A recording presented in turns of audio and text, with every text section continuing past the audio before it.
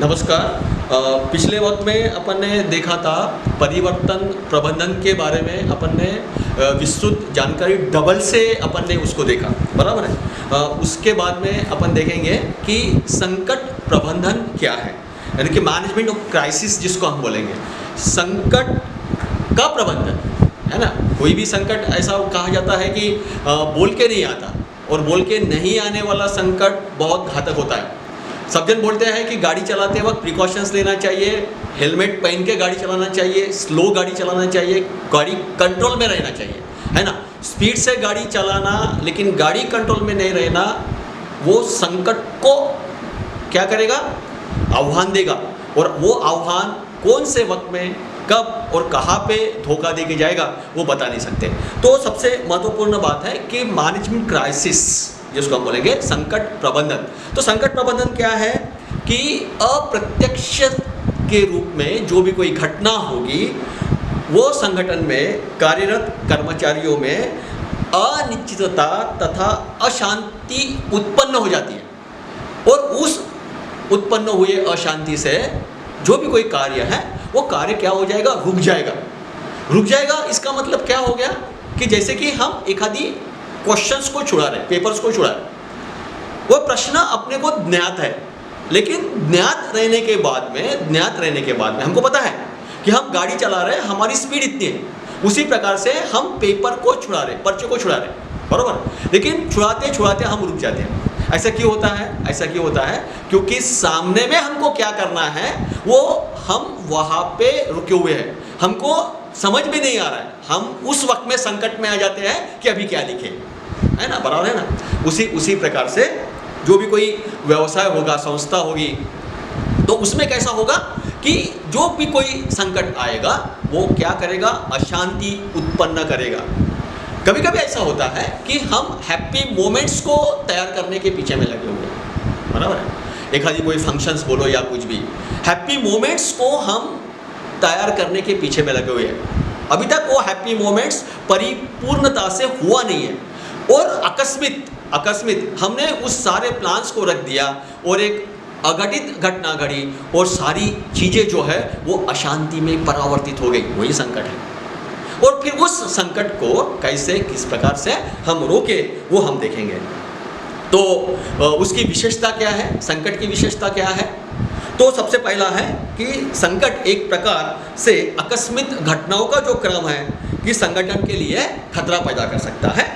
दूसरा, संकट सामान्य अल्प अवधि में उत्पन्न होते ही इसमें आश्चर्य का तत्व निहित है। आकाश पूरा ओपन है, बारिश की कोई गुंजाइश नहीं है, और हम विदाउट रेनकोट या छाता लेके हम निकल गए और अकस्मित बहुत तेजी से तूफान आया और बारिश आ गई, तो ये आश्चर्य का तत्व हो सकता है। कभी भी कोई भी मन में ध्यान में नहीं होते हुए, देखो मैं क्या बोलूं, कोई भी मन में ध्यान में नहीं होते हुए अकस्मित अशांति पैदा करना, यानी कि ही आश्चर्य का तत्व हो सकता है। तीसरा, संकट एक उत्प्रेरक के रूप में कर्मचारियों को भय या डर का भावना उत्पन्न करता है। निश्चित रूप से अगर एक आधी व्यक्ति ने हमको बोल दिया कि अगर आपने ऐसा नहीं किया, कर्मचारी को बोल दिया कि आपने ऐसा नहीं किया तो आप यहाँ में पनिश हो सकते हैं, भय हो गया, डर हो गया, तो ये भी एक संकट हमारे लिए उत्पन्न हो सकता है। फिर उसके कारण कौन से हो गए, संकट उत्पन्न होने के कारण कौन से हो गए? तो सबसे पहली बात यह है कि तकनीकी दुर्घटनाएं, तकनीकी गड़बड़ियाँ, मशीनों की खराबी, गड़बड़ियों से जो भी संकट उत्पन्न होगा या होने वाला या हो सकता है। साथ में भी कभी कभी ऐसा हो जाता है कि इंटरनेट की सेवा रुक जाती है और सारा का सारा कार्य का ऐसा हो जाता है, ठप्प हो जाता है। सॉफ्टवेयर में कभी कभी गड़बड़ी आ जाती है, पासवर्ड में त्रुटि आ जाती है, संकट उत्पन्न हो जाता है, जिसके कारण संकट के कार्य में बाधा उत्पन्न हो सकती है। दूसरा, कर्मचारियों में आपसी तालमेल का अभाव, उनमें टकराव की स्थिति भी संकट का कारण बनती है। इस प्रकार से संकट में हड़ताल भी होगा, तालाबंदी होगी, बहिष्कार होगा और विवादों का क्रम चलते रहेगा, तो इसके कारण भी संकट उत्पन्न हो सकता है। कार्यस्थल पर हिंसा होगी, चोरी होगी, भी कारण संगठन में संकट का उत्पन्न कर सकती है, हो सकता है। छोटी छोटी बातों को अनदेखी करना, ऐसा कहा जाता है ना कि छोटी छोटी बातों से एटम बॉम्ब बनता है, और जब वो एटम बॉम्ब एक्सप्लोज हो जाता है तो उसका जो उद्रेक जो होता है, उसकी जो हानि जो होती है, मनुष्य हानि होती है, वित्त हानि होती है, वो इतनी बड़ी होती है कि कभी भी हम उसमें से वो भर के नहीं निकाल सकते। देखो, तो यही छोटी छोटी जो बातें हैं, अगर हमने अनदेखी की तो वास्तव में बहुत बड़ा संकट पैदा कर सकती है। यानी इसका मतलब क्या हो गया, प्रबंधकों को, कर्मचारियों को पूरा नियंत्रण होना चाहिए और किसी भी प्रकार की गैर जिम्मेदार रवैये से क्या होना चाहिए, बचना चाहिए। अवैज्ञानिक व्यवहारों को, जैसे कि रिश्वतखोरी हो गई, गबन हो गया, धोखाधड़ी हो गई, संगठन की गोपनीय सूचनाओं हो गई, को संकट आदि में संगठन में संकट उत्पन्न होता है। संगठन में संकट उत्पन्न भी हो सकता है जब आपने उस ऋण को नहीं चुका पाए। सही को दिवालिया घोषित करने के बाद में भी संकट उत्पन्न हो सकता है। किसी संगठन अपने उत्पाद के बारे में अपनी अफवाहों अगर प्रसारित होने से भी संगठन में जो प्रतिष्ठा जो होगी वो प्रतिष्ठा नष्ट होगी, और वो प्रतिष्ठा नष्ट होने से संकट उत्पन्न हो सकता है। उसके बाद में हम देखेंगे कि संकट के जो कोई विभिन्न प्रकार है वो कौन से प्रकार है, वो हम उसके बारे में चर्चा करेंगे। तो सबसे पहले है प्राकृतिक संकट, है ना, जिसको हम बोलेंगे नेचुरल क्राइसिस, है ना। तो इसमें क्या रहेगा, पर्यावरण में गड़बड़ी रहेगी, भूकंप रहेगा, बाढ़ रहेगी, आंधी रहेगी, तूफान रहेगा, सुनामी रहेगी। ये सब कैसे हो गए आदि, ये जो कुछ भी है वो प्राकृतिक संकट हो सकते हैं। दूसरा तकनीकी संकट। अभी इसमें कैसा रहेगा, जो भी कोई तकनीकी गड़बड़ है, जैसे कि सॉफ्टवेयर में होगी, मशीनों की खराबी में होगी, तो उसके कारण से संकट हमारी इसमें आ सकता है। आपसी टकराव का संकट, जिसको हम बोलेंगे कन्फॉर्मेशन क्राइसिस, है ना। आपसी टकराव का संकट कब पैदा होगा, जब कर्मचारी आपस में संघर्ष करते रहेंगे, है ना। यानी कि ये व्यक्ति को ये चीज़ मिली, इसको ये चीज़ नहीं मिली, नहीं मिलने वाले व्यक्ति को ऐसा लगता है कि मैं तो बहुत लायबल था। लेकिन उस परिस्थितियों में अगर हमने उसको अगर सोचा जाए, अगर हमने उसको ठहराया, एक आधी व्यक्ति को एक आधी चीज़ अगर नहीं मिली तो हो सकती है कि उस वक्त की परिस्थितियाँ उसके लिए कारणीभूत होगी। कभी भी ध्यान में रखना, उससे नाराज़गी वाली बात कभी होना नहीं चाहिए और आपसी टकराव नहीं करना चाहिए, लेकिन ऐसा होता नहीं। मनुष्य स्वभाव है, मनुष्य की वृत्ति है, मनुष्य का आचरण है, मनुष्य की विचार है, इन सारी वस्तुओं को मनुष्य अपने मस्तिष्क में लाके वो टकराव करेगा और ये संकट क्या होगा, पैदा होगा। उसके बाद में द्वेष का संकट सबसे भयंकर है ना। व्यक्तियों से द्वेष करके जो संकट उत्पन्न होता है वो सबसे बेकार होता है ना। द्वेष का संकट अगर एक बार मनुष्य के या कर्मचारी के मन में अगर फंस गया, बस गया, तो वो जो संकट जो निर्माण होता, वो संकट मनुष्य के प्रति बोलो या फिर वो उद्योग के प्रति बोलो या फिर वो संस्था के प्रति बोलो, वो नेस्तनाबूद करने के पीछे में चला जाता है। उसके बाद में प्रकार है संगठनात्मक दुष्कर्म का संकट, जिसको हम crisis of the organisational misdeeds जिसको हम बोलते हैं, मिसडीड्स जिसको हम बोलते हैं। ऐसा संकट कब उत्पन्न होता है, जब प्रबंधक बिना पर्याप्त सावधानी से एवं यह जानते हुए भी कोई कार्रवाई करता है जिससे शेयर धारकों को नुकसान पहुंचाने या उसके लिए जोखिम की स्थिति पैदा होगी। यानी कि शेयर होल्डर्स के लिए ये सबसे भयंकर होगा। वो क्या करेगा कि शेयर धारकों को नुकसान पहुंचाने की कोशिश करेगा। यानी उनके जो हम ये बोलेंगे कि पैसे की जो वैल्यूज़ जो है वो वैल्यूज़ क्या करेंगे, कम करने की कोशिश करेंगे।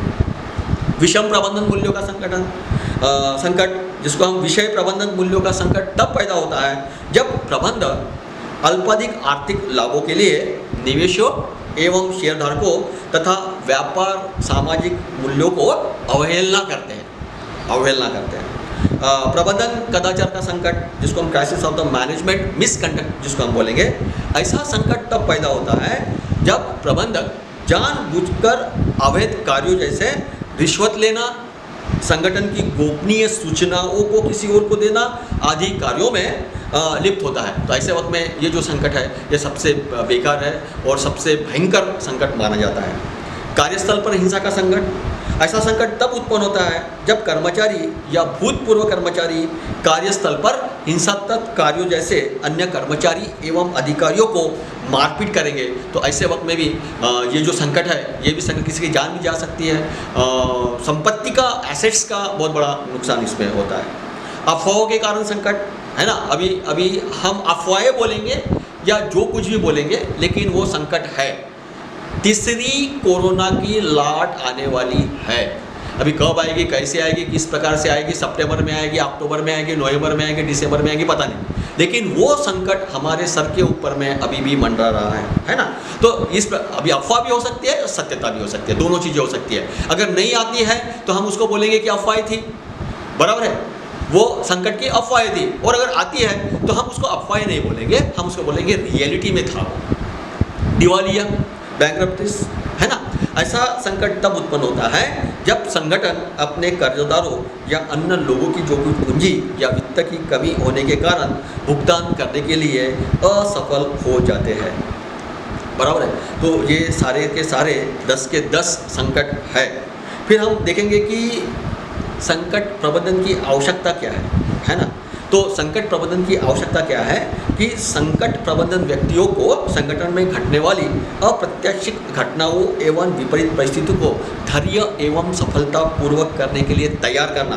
दूसरा, यह कर्मचारियों को आकस्मिक परिवर्तनों को समायोजन करने में सहायक होता है। तीसरा, कर्मचारी संकट के कारणों को समझकर और उसका विश्लेषण करके बेहतर तरीके से उसका सामना कर सकते हैं। चौथा, संकट प्रबंधन प्रबंधकों को अनिश्चित परिस्थितियों में निपटने के लिए व्यूहरचना बनाने और आगे का क्रम निर्धारण करने में सहायता प्रदान करेगा। पांचवा, संकट प्रबंधन प्रबंधकों को संकट का संकेत पहले ही देश दे देता है एवं कर्मचारियों को उसके दुष्परिणामों की जानकारी देता है तथा साथ ही आवश्यक उपायों के बारे में सहायक करता है। फिर इसके लक्षण कौन से रहेंगे, तो संकट प्रबंधन की विशेषताएं बोलो या फिर लक्षण क्या क्या रहेंगे। तो सबसे पहला, संकट प्रबंधन के अंतर्गत गतिविधियों एवं प्रक्रिया को शामिल होते ही जब प्रबंधकियों और कर्मचारियों को उस घटनाओं का विश्लेषण करने तथा उन्हें समझने के लिए सहायता प्रदान करनी पड़ेगी। दूसरा, संकट प्रबंधन में आपातकालीन स्थिति से निपटने के लिए संगठन को विभिन्न जो भी कोई विभाग होंगे उसको प्रभावकारी समन्वय की व्यवस्था करना चाहिए। यानी समन्वय कैसा होना चाहिए, कोऑर्डिनेशन कैसा होना चाहिए, बहुत स्ट्रांग रूप में होना चाहिए। तीसरा, संकट की स्थिति में कर्मचारियों के बीच प्रभावशाली संप्रेषण या संदेशवाहन होना अत्यंत आवश्यक होगा तथा साथ ही कर्मचारियों द्वारा इस स्थिति से निकलने के लिए उनकी प्रयासों की आवश्यकता होनी चाहिए। फिर हम देखेंगे कि संगठनात्मक संकट के निपटने के लिए उपाय कौन से हैं। तो सबसे पहला उपाय यह है कि सकारात्मक दृष्टिकोण अपनाना चाहिए, है ना। अगर कोई समस्या भी निर्माण होती है तो उसको हम किस प्रकार से निपटाया जाए। दूसरा, सही एवं प्रासंगिक सूचनाओं को एकत्रित करना, यानी कि जो भी कोई प्रासंगिक संकट आ गया होगा तो उसमें हम क्या कर सकते हैं, कैसा कर सकते हैं, किस प्रकार से कर सकते हैं, उसके बारे में चर्चा करके, है ना, सकारात्मक दृष्टिकोण को हमको रखना है। और जो कुछ प्रासंगिक सूचनाएं हमको जो मिलेगी वो किस प्रकार से एकत्रित करना और वो एकत्रित करके हम उसके ऊपर में उपाय करना सीखना चाहिए। तीसरा, कर्मचारी द्वारा अपने दृष्टिकोण में बदलाव लाना चाहिए, है ना। हर वक्त में हर जगह पे अगर समस्याएं निर्माण होती है, संकट निर्माण होता है तो कर्मचारियों को इस प्रकार की सूचना होनी चाहिए कि उसमें हम सबसे अच्छा क्या कर सकते हैं। जैसे कि देखा जाए तो जापान में सबसे ज़्यादा वोल्केनाइजेशंस होते हैं, है ना, भूकंप बहुत बड़े पैमाने के ओर में आते हैं क्योंकि जापान जो है वो सारी बेटों से घिरा हुआ है और बेटों से घिरा होने की वजह से वहाँ पे भूकंप के झटके बहुत ज़्यादा पैमाने के ऊपर में आते हैं। तो बचपन से ही उस प्रकार का प्रिकॉशंस उनको बच्चों को दिया जाता है और वहाँ के जो हाउसिंग सिस्टम्स जो है वो इस प्रकार से बनाई गई है कि ताकि कम से कम नुकसान हो। प्रभावशाली संदेशवाहन, ये सबसे महत्वपूर्ण बात है। किसी भी संकट को काबू पाने के लिए प्रभावशाली संदेशवाहन व्यवस्था अत्यंत महत्वपूर्ण है ना। अगर आपका संदेशवाहन कम्युनिकेशन सिस्टम्स अगर बहुत पावरफुल है, प्रभावशील है, तो आप उसको बहुत ज़्यादा पैगामी के ऊपर में उसको आप अटेंड कर सकते हो, आप वो संकट को नष्ट कर सकते हो। कर्मचारियों की क्षमता एवं योग्यता के अनुसार उन्हें जिम्मेदारी सौंपना चाहिए। बिल्कुल बराबर है कि वो कर्मचारी किस प्रकार का कार्य करता है, किस प्रकार से कार्य कर सकता है, ये सबसे महत्वपूर्ण बात है। नहीं तो हमने अगर उसको बोला कि 10वें मंजिले पे जाके तू पेंटिंग करके आ जावा, लेकिन वो 5वें मंजिले से अगर नीचे देखता है तो वो थरकाप अगर उसका होता है तो वो जाके ऊपर में वॉल्स को पेंटिंग नहीं कर सकता है ना। तो वही व्यक्ति कर सकता है पेंटिंग कि जो धैर्य से पेंटिंग कर सके। 10वें मंजिले पे जाने के बाद में अगर उसको नीचे गिरने का डर नहीं है और डर नहीं होते हुए भी अगर वो अच्छे से काम कर सकता है तो वही व्यक्ति वो काम कर सकता है। तो ऐसे कर्मचारियों की योग्यता और जिम्मेदारी, उनकी तरफ योग्यता देख के उनकी तरफ जिम्मेदारी सौंपना चाहिए। उसके बाद में शीघ्र निर्णय लेना चाहिए। अगर कोई संकट आता है तो उसमें अगर हमने इमीडिएटली अगर हमने निर्णय लिया, डिसीजन लिया, तो वो हमको बहुत बेनिफिशियल रहेगा। संकट को निपटने के लिए धैर्य और शांति बनाए रखना जरूरी है। आवश्यक अफवाह जो भी है उससे बचना भी हमको जरूरी है। संकट के समय में जो भी कोई अन्य कर्मचारी रहेंगे उससे विचार विमर्श अगर हमने किया वो बहुत अत्यंत जरूरी होता है। संकट के समय में कार्यस्थल पर अनावश्यक संघर्ष और गलतफहमी टालना चाहिए और एक बड़े परिवार के सदस्य के रूप में अपनी जिम्मेदारियों को पूर्ण करना चाहिए। इस प्रकार से हमने देखा, बराबर है। फिर उसकी प्रक्रिया क्या है? तो इसकी प्रक्रिया ये है कि सही मायने से हमने उसका नियोजन करना चाहिए। यानी कि संकट किस प्रकार से है, कैसा है, तो हमने उसको देखना चाहिए और वो नियोजन सबसे महत्वपूर्ण है। ये प्रक्रिया का सबसे महत्वपूर्ण भाग है कि तुम उसका नियोजन किस प्रकार से करते हो। उसके बाद में सबसे पहले हमको संकट की पहचान करनी चाहिए और संकट की पहचान होने के बाद में हमको उसका नियोजन करना चाहिए। यानी सेकेंड स्टेप में हमने उसका प्लानिंग करना चाहिए, हमने नियोजन करना चाहिए। और तीसरे भाग में वो जो भी कोई परिवर्तन हमको करना है वो परिवर्तन का समायोजन करना चाहिए। यानी तीसरा चरण जो है वो परिवर्तनों को समायोजन करना चाहिए कि उससे जो भी कोई कर्मचारी के लिए आवश्यक है और परिवर्तनों को ठीक ढंग से समायोजन, जिससे भविष्य में संगठन का कार्य सुचारू रूप में चले जाए। तो इस प्रकार से वो जो उसकी जो प्रक्रिया है, कोई भी संकट प्रबंधन की जो भी कोई प्रक्रिया है वो प्रक्रिया कैसी है? तो सबसे पहले संकट की पहचान होनी चाहिए, उसके बाद में हमने उसका नियोजन करना चाहिए और परिवर्तन में समायोजन करनी चाहिए। उसके बाद में हम ये देखेंगे कि संपूर्ण गुणवत्ता प्रबंधन क्या है, बराबर, जिसको हम बोलेंगे कि टोटल क्वालिटी मैनेजमेंट। आज के इसमें सबसे महत्वपूर्ण बात है कि अगर हमारे वस्तुओं में, अगर गुड क्वालिटी नहीं है तो हम थ्रोन हो जाएंगे। हम क्या हो जाएंगे? थ्रोन हो जाएंगे।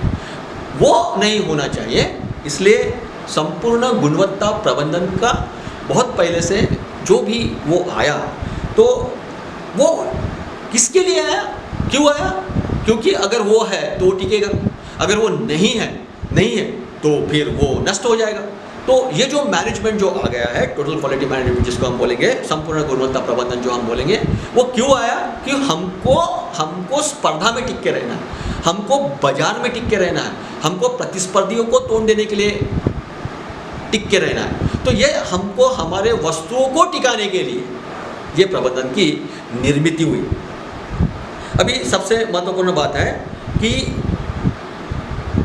इसकी अगर हमने परिभाषाएं अगर देखी हमने, तो अलग अलग ऑथर ने जो परिभाषा की हुई है तो हम उसको देखते हैं। तो मार्शल सस्किन एवं क्यानर किसर क्या बोलते हैं वो देखिए कि संपूर्ण गुणवत्ता प्रबंधन से अभिप्राय ऐसे है कि जो संगठनात्मक दर्शन एवं संस्कृति है, जिसके उपकरण, तकनीक एवं प्रशिक्षण से एकीकृत व्यवस्था के द्वारा सतत उपभोक्ता संतुष्टि का समर्थन किया जाएगा और इसमें संगठनात्मक प्रक्रिया में सतत सुधार सम्मिलित है, जिसका परिणाम जो होगा वो उच्च गुणवत्ता उत्पाद के लिए सेवा होता है। देखो क्या होता है, वो ये नहीं बोल रहे कि हमको सेवा करनी है, करके उसके लिए हमको संपूर्ण गुणवत्ता प्रबंधन होना जरूरी है। यानी कि हम वस्तु भी दे रहे हैं तो वो एक सेवा के रूप में हम समाज में वो वस्तु को रख रहे हैं। फिर जे रैम्पे एच रॉबर्ट्स के अनुसार वो क्या बोलते हैं वो देखिए कि संपूर्ण गुणवत्ता प्रबंधन एक ऐसी जनक केंद्रित प्रबंधकीय प्रणाली है जिसका उद्देश्य निरंतर घटती लागत द्वारा उपभोक्ताओं के संतोष में निरंतर वृद्धि करना होता है। फिर प्रोफेसर जॉन गिलबर्ट के अनुसार वो क्या बोलते हैं देखिए कि संपूर्ण गुणवत्ता प्रबंधन एक प्रक्रिया है जिसमें ग्राहकों की अपेक्षाओं समस्याओं की रोकथाम करना, कर्मचारियों की गुणवत्ता के संबंध में प्रतिबद्धता का निर्माण तथा स्वतंत्र रूप से निर्णय लेने की घटती पर जोर देना। इस प्रकार संगठन के विभिन्न विभागों जो भी कोई वस्तु की जो भी कोई गुणवत्ता रहेगी सुधारने के प्रयास के लिए एकरूपता लाने के लिए प्रभावशाली प्रणाली स्थापित करना वही उसका संपूर्ण गुणवत्ता प्रबंधन है। फिर इसकी विशेषता क्या है? टोटल क्वांटिटी मैनेजमेंट जिसको हम TQM बोलते हैं या संपूर्ण गुणवत्ता प्रबंधन हम जिसको बोलते हैं, उसकी विशेषता क्या है? तो उच्च प्रबंधन से लेकर कर्मचारियों तक इसकी भागीदारी होती है। दूसरा, इसमें उच्च प्रबंधन की समर्थक एवं भूमिका जो है वो महत्वपूर्ण है। तीसरा, यह अवधारणा संगठन को एक पद्धति के रूप से समझने पर बल देती है। चौथा, संपूर्ण गुणवत्ता प्रबंधन का आधार व्यापक प्रशिक्षण है। TQM क्या है? आधार व्यापक प्रशिक्षण है। उसके बाद में यह अवधारणा मुख्यतः सतत उपभोक्ता सेवा और संतुष्टि पे जोर देती है। यह अवधारणा स्पष्ट करती है कि संगठन की सभी क्रियाओं को सुधारने जो भी कोई प्रक्रिया रहेगी वो निरंतर चलनी चाहिए। यह अवधारणा ये बोलती है कि उच्च प्रबंधन तथा कर्मचारियों की प्रतिबद्धता पर विशेष जोर देती है। इस प्रबंधन के सभी स्तरों पर कार्य करने वाले प्रबंधन को प्रत्यक्ष भूमिका होती है। इसमें कम कीमत पर उच्च गुणवत्ता वाली वस्तुओं को प्राप्त करने का अभिप्रेत दे। यह अवधारणा संगठन में विद्यमान मनोवृत्ति के परिवर्तन पर जोर देती है। यह विधा बदलते हुए प्रबंध प्रक्रिया के द्वारा कंपनियों को प्रतियोगिता का मुकाबला करने के लिए सहायता प्रदान करती है। तो इस प्रकार से ऐसे 11 प्रमुख विशेषताएं हैं कि जिसमें TQM या संपूर्ण गुणवत्ता प्रबंधन का उपयोग होता है। फिर सब महत्व क्या क्या है वो देखिए कि गुणवत्ता प्रबंधन जिसको हम बोलेंगे, संपूर्ण गुणवत्ता प्रबंधन जिसको हम बोलेंगे, संपूर्ण गुणवत्ता प्रबंधन की आवश्यकता या महत्व या लाभ क्या क्या है? तो सबसे महत्वपूर्ण लाभ ये है या आवश्यकता है कि प्रतियोगिता का सामना करने में सहायक। उसके बाद में ग्राहकों का समाधान होगा, कंपनी की ख्याति में वृद्धि होगी, अस्वीकृत वस्तुओं की मात्रा में कमी होगी, ग्राहकों की शिकायतों में कमी होगी, कर्मचारियों की बेहतर सुविधाएं होगी, कर्मचारी को बेहद सुविधाएं होगी। ये सबसे महत्वपूर्ण लाभ है। उच्च अभिप्रेत कर्मचारी वहाँ पे स्थित रहेंगे क्योंकि कर्मचारी के ऊपर में भी वो प्रकार से उसने देखा जाएगा कि ये व्यक्ति किस प्रकार से कार्य कर रहा है। इस प्रकार से 7 आवश्यकता महत्व या लाभ हमको संपूर्ण गुणवत्ता प्रबंधन से मिलते हैं। फिर इसकी सीमाएं क्या क्या है? तो सीमाएं ये है कि प्रबंधक की पारंपरिक मनोवृत्ति या मानसिकता किस प्रकार से है वो हमको देखना है। ये सबसे महत्वपूर्ण बात है कि प्रबंधक की जो भी कोई पारंपरिक जो कुछ मनोवृत्ति है या उसकी मानसिकता क्या है तो वहाँ पे वो सीमाएं आएगी, उसके आगे में वो नहीं जा सकेगा। दूसरा, पहल का अभाव। अभी पहल का अभाव बोलने से क्या बोलेगा कि जो भी कोई नेतृत्व कर रहा है उसकी क्षमता के आवश्यक से TQM को लागू करना चाहिए। नहीं तो मैंने ऐसा बोल दिया कि मैं पूरा इंटरनेशनल को पढ़ाता हूँ, मैं इंटरनेशनल को पढ़ाता हूँ, अंतर्राष्ट्रीय को पढ़ाता हूँ, लेकिन यहाँ पे आने वाला जो विद्यार्थी है वो किस चहल से है, किस पहल से है, अगर मैं ये नहीं करता हूँ तो वो सब पूरा खत्म हो जाएगा। उसके बाद में व्यावहारिकता में कठिनाइयाँ रहेंगी। सफलता की टीम भावना सहभागी प्रबंधक तथा प्रबंधन एवं कर्मचारी की गुणवत्ता के प्रति पूरी प्रतिबद्धता आवश्यक होती है, परंतु व्यावहारिक रूप में ये कैसा है? कठिन कार्य है, धीमी प्रक्रिया। निश्चित रूप से अगर हमको अच्छा कार्य करना है तो हमको बहुत धीरे धीरे काम करना चाहिए, ऐसा बोला जाता है। फास्ट में क्या होगा? अड़चन निर्माण होगी, फंसक जाएगा, है ना। तो धीमी प्रक्रिया भी एक बहुत ज़रूरी है और ये धीमी प्रक्रिया इसके लिए प्रबंधक एवं कर्मचारी की मनोवृत्ति में पूर्ण परिवर्तन की आवश्यकता होती है। इस प्रकार से हमने इस संपूर्ण गुणवत्ता प्रबंधन को देखा, है ना। फिर इसकी जो कोई प्रक्रिया जो है, वो प्रक्रिया क्या क्या रहेगी, तो सबसे महत्वपूर्ण रहेगा क्वालिटी निधि निर्धारण क्या है ना।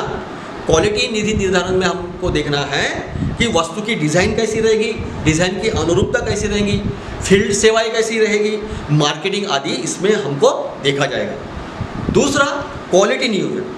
अभी क्वालिटी नियोजन किसके लिए लेगी कि ग्राहकों की पसंद क्या है, ग्राहक क्या चाहते हैं, समाज क्या चाहता है, वस्तु को ये एक्सेप्ट करेंगे कि नहीं करेंगे, उसमें हमको क्वालिटी क्या रहेगी, इसका नियोजन होना बहुत ज़रूरी है। अभी जैसे ही हमने क्वालिटी नियोजन को देखा तो हमको ये देखना है कि क्वालिटी हमको नियंत्रित भी होना चाहिए। नहीं तो हमने सोचा एक, नियोजित हमने एक किया, लेकिन अगर वो नियंत्रित नहीं है तो हमको सबसे बड़ी उसमें प्रॉब्लम हो जाएगी। यानी कि नियंत्रण में हमको क्या चाहिए, तो निर्धारित माल में उत्पादन में कमी आती है, सामग्री में अनाधिक संग्रहण की आवश्यकता में कम होगी, उसके बाद में ग्राहकों को संतोष की भावना बढ़ानी है और लाभदायिकता में वृद्धि होनी है। तो ये सारी चीज़ें उस क्वालिटी नियंत्रण में होनी चाहिए। क्वालिटी में सुधार करना आना चाहिए, है ना। खराब अस्वीकृत वस्तुएं कौन सी है उसको बाहर बाजू में रखना चाहिए। समय समय पर ग्राहकों की आवश्यकता के रूप उसमें हमने वस्तु को उत्पादन करना चाहिए। प्रतिस्पर्धी संगठनों का द्वारा सप्लाई किए जाने वाले माल के गुणों की जानकारी हमको होनी चाहिए। तो ये क्वालिटी में सुधार हमको लाना है। Okay then, thank you.